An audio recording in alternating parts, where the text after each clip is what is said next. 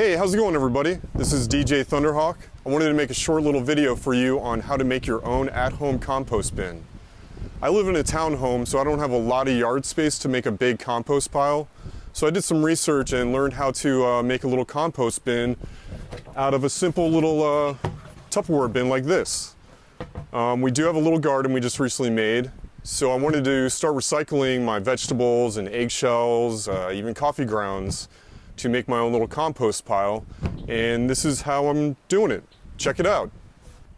So first off, just get a Tupperware bin like this that you see around the house, and you'll need a couple tools. Let me show you what you need. Okay, so all you'll really need is a power drill, because we're going to be putting in air holes throughout the whole container, top, bottom, all the sides. This will help aerate the compost better, which will help it decompose faster.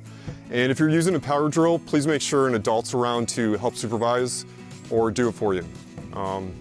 And I always use safety glasses just in case. You never know, something's gonna come flying up, get you in the eye. And later when we're messing with the dirt, I've got my garden gloves because it gets a little nasty and dirty, so I always like to use gloves for that.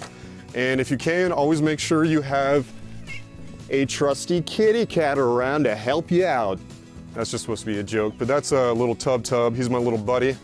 But hey, let's get going. So we'll start by drilling holes all throughout the container.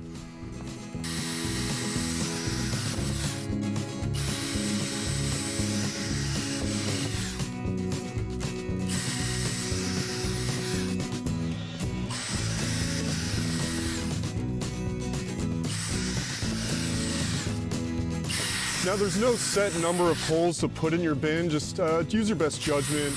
As long as you get them in all four sides, at the top and the bottom, you should be good to go. And again, just be careful because it is a little flimsy when you're drilling into it, so just, be safe. So the first layer we're gonna put in this bin is gonna be a bunch of brown dried goods. This helps to induce heat within the whole compost decomposing process. So I already went in the yard and collected a bunch of dry leaves and twigs and sticks. If you need to, you can use like shredded up newspaper, that works fine too. And we'll just start filling up and get like maybe like a quarter of the barrel, nice little coverage, a couple inches up.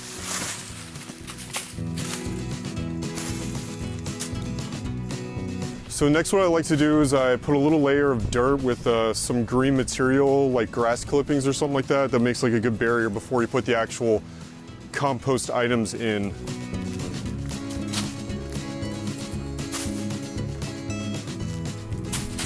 All right, next what you're gonna do is get all the stuff items that you have ready to throw in the compost.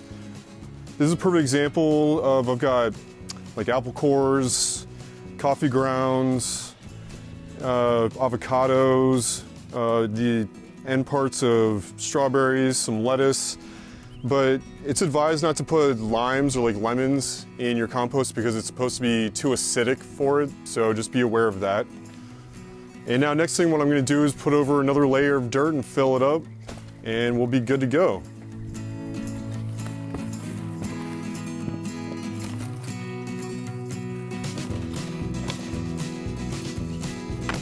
Yep, so we just put the lid on, we're good to go. As far as storing it, you wanna find a shady spot. If it's in direct sunlight, it'll cause it to dry out inside and you don't want that. So I've got a spot underneath my deck that it's shady and it's kind of out of the way. That's where I'll be keeping mine. And if you can, prop it on some rocks or just get it off the ground a little bit, because that'll help the airflow going up underneath the holes that we drilled on the bottom as well. And besides that, you'll be good to go.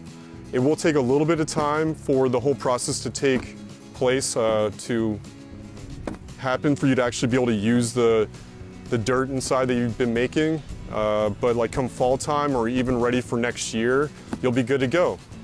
All right, that'll do it. I hope you enjoyed this video on how to make your own at-home small compost bin, and enjoy. Take care.